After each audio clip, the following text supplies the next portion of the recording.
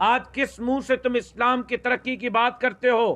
آج بھی تمہارے خلاف برسر پیکار دینی طبقے کے لوگ ہیں، پاکستان کے جمہوری اداروں کے لوگ ہیں، پاکستان کے آئین بنانے والے اور ان کی اولادیں ہیں، کیونکہ ہم پہلے بھی سمجھ رہے تھے کہ تم اسلام کے نمائندہ نہیں، تم پاکستان کے نمائندے نہیں، ہم آج بھی سمجھتے ہیں کہ تم اسلام کے نمائندے نہیں اور پاکستان کے نمائندے نہیں، اور پھر ڈرامے کر کے خط کا ڈرامہ کر کے لوگوں کو بیوقوف بنانے کی کوشش ہو رہی ہے، گولی کا ڈرامہ بنا کر لوگوں کو بیوقوف بنانے کی کوشش ہو رہی ہے۔ جب گولی کا واقعہ ہوا، سب سے پہلے مذمت جمعیت علماء اسلام کے قائد مولانا فضل الرحمان صاحب نے کی، اور دوسرے نمبر پر مذمت میں نے کی، کیونکہ ہم نے جنازے اٹھائے۔ مولانا فضل الرحمان صاحب پر 3 خودکش حملے ہوئے، مولانا عبدالغفور حیدری صاحب پر خودکش حملہ ہوا، اکرم خان درانی پر خودکش حملہ ہوا، مولانا اسد محمود صاحب پر حملہ ہوا۔ ہم نے شہید ڈاکٹر خالد محمود سمرو کا گولیوں میں چھلنی جنازہ اٹھایا۔ ہم آج بھی اپنے بخت اللہ پہوڑ کو ڈھونڈ رہے ہیں، ہم آج بھی اپنے شہداء کے قاتلوں کو ڈھونڈ رہے ہیں۔ ہمیں نہ اپنے زندہ ساتھی ملتے ہیں، نہ شہیدوں کے قاتل ملتے ہیں، نہ ان کو سزا ملتی ہے۔ یہ کیسی گولی ہے کہ ڈاکٹر کہتا ہے کہ ایک گولی لگی ہے، وہ بھی چھوتے ہوئے گزری ہے۔ جب پلستر باندھا جاتا ہے تو ایک ٹانگ پہ، جب اپنے ہی شوکت خانم ہاسپٹل میں پہنچتا ہے تو کہتا ہے 4 گولیاں لگی ہیں، دونوں ٹانگوں میں لگی ہیں۔ آج وہ شخص جو کل تک سیاستدانوں کے خلاف بول رہا تھا، جو کل تک مولانا فضل الرحمان صاحب کے خلاف بول رہا تھا، جمہوری جماعتوں کے خلاف بول رہا تھا، آج وہ شخص افواج پاکستان کے خلاف بول رہا ہے۔ آج وہ شخص چیف آف آرمی اسٹاف، جس کی کل تک وہ تعریف کر کر کے نہیں تھکتا تھا، آج اس افواج پاکستان کے D G I, D G C, chief of army staff کے خلاف بول رہا ہے۔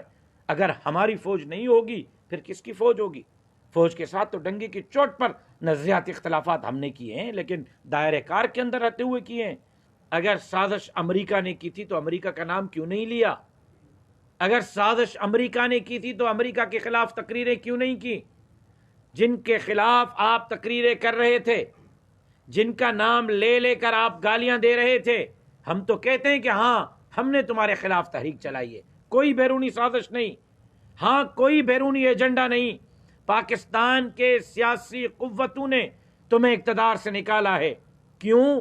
اس لیے کہ تم اسلام کا نام غلط لیتے ہو، اس لیے کہ تم مدینے کے ریاست کا نام غلط لیتے ہو، اس لیے کہ تم ایاک نعبد و ایاک نستعین کی غلط تشریح بیان کرتے ہو، اس لیے کہ تم نے قوم سے جھوٹ بولا 1 کروڑ نوکریوں کا، اس لیے کہ تم نے قوم سے جھوٹ بولا 50 لاکھ گھروں کا، اس لیے کہ تم نے قوم سے جھوٹ بولا کہ قرضہ نہیں لوں گا۔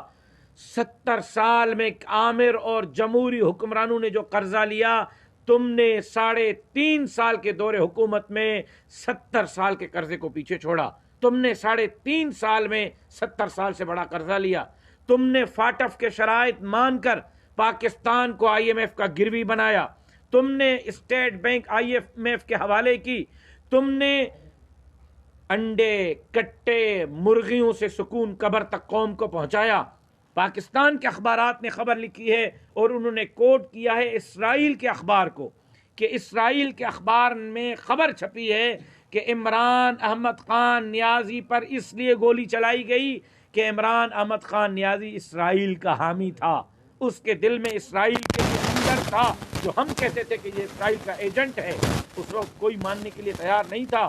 آج خود اسرائیل کے اخبارات یہ مان رہے ہیں، آج خود اسرائیل کے اخبارات اس بات کے معترف ہیں کہ عمران احمد خان نیازی اسرائیل کا ہمدرد ہے۔ ایف آئی آر ہوتی ہے، سب سے پہلے ایف آئی آر پر تشویش اقوام متحدہ کرتا ہے۔ یہ کیسی سازش ہے؟ یہ کیسا عمران احمد خان نیازی کے خلاف عالمی اداروں کا پروپیگنڈا ہے کہ جس شخص کے خلاف وہ کہتا ہے کہ امریکہ نے سازش کی، اسی شخص پر پاکستان میں جلاؤ کی، گھیراؤ کی، اسلام آباد کو جلانے کی ایف آئی آر ہوتی ہے، سب سے پہلے مذمت اقوام متحدہ کرتا ہے۔ 11 News